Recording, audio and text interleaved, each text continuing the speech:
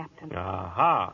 Mr. Cohill, wipe that grin off your face and state your case. Sir, I've denied Mr. Pennell permission to leave the post. And for what purpose did you wish to leave the post, Mr. Pennell? Picnicking, sir. Picnicking? Miss Dandridge? Where? In St. Louis? Oh, no, sir. Just up by the waterfall, sir. But I'm sorry. Never apologize, mister. It is a sign of weakness. Mr. Cohill, I see no reason why Mr. Pennell should not go picnicking. Very good, sir. Thank you, Captain. But, Miss Dandridge, Mr. Cohill was quite right in denying you permission to leave under the present emergency. If you will be so kind as to get out of the buckboard. Oh, but really... Your arm, ma'am. Thank you. Mr. Pennell, you may proceed with your picnic. This way, Miss Dandridge. Pass, Lieutenant Pennell. Yes, sir. Where'd you say you were holding your picnic? I'll tell you where. At Delmonico's in New York about 2 months from now. With Olivia, see? And I won't be wearing any blue suit either, bub. Get it! The Major sent for me early that evening. He had made up his mind. I guess there's no other course to take, Nathan. Find those Cheyennes and push them back. Oh, by the way, here's the last report on Custer's outfit. 212 men, Nathan. Headquarters expects a hard and bloody winter. Sitting Bull preaching a holy war. I want you to take every precaution. These names. George Armstrong Custer. Tom Custer. Boston Custer. Calhoun. Cook. Yes, I expect you knew most of them. I expect I did. Harrington. Keogh. Miles Keogh. Yes, Mac. A hard and bloody winter. Oh, Nathan, those flowers over there, Abby picked them.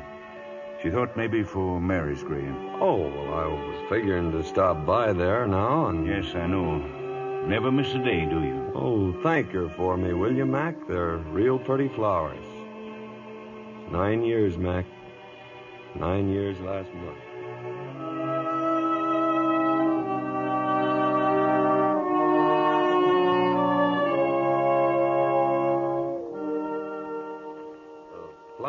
Here, Abby, are from Mary. She raised them herself.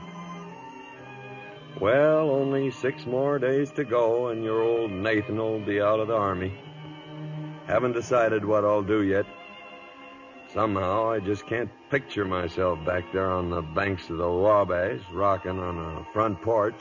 No, I've been thinking that maybe I'd push on west to the new settlements in California. Anyway, I'm taking the troops out in the morning. Some Cheyennes around, so I pick up the patrols and drive them back north. My last mission, Mary. Hard to believe, isn't it? My last... I hope I'm not intruding, Captain. Why, no, ma'am, not at all. I was just... I know. I've watched you come out here so many times. I'm sorry I made such a fool of myself this morning. You made a fool out of a couple of young lieutenants.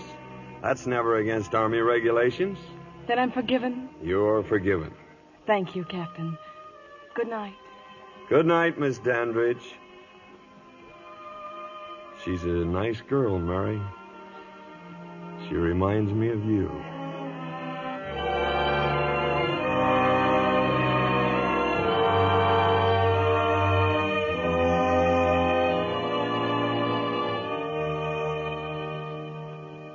At dawn, the troop was mounted and ready to leave.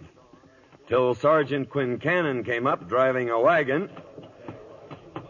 Just what do you think you're up to, Quincannon? Get out of that wagon. Begging your pardon, Captain Darren. It's orders. Major's orders. Orders? Yes, sir. Yes, sir. I'd best be seeing about them side saddles, too, sir. Side saddles? Are you trying to tell me? I'll be at Major Alshard's quarters. All right, Eddie. Hold on, Nathan, hold on. I know. What in blazes does this mean, side saddles, a covered wagon filled with women's junk? I can't hamper this patrol with a wagon, particularly this patrol. Nathan, I'm sending my wife and niece with you. What? They're to go as far as Sudrow's Wells and take the stage east from there. This is an order. That I want to protect.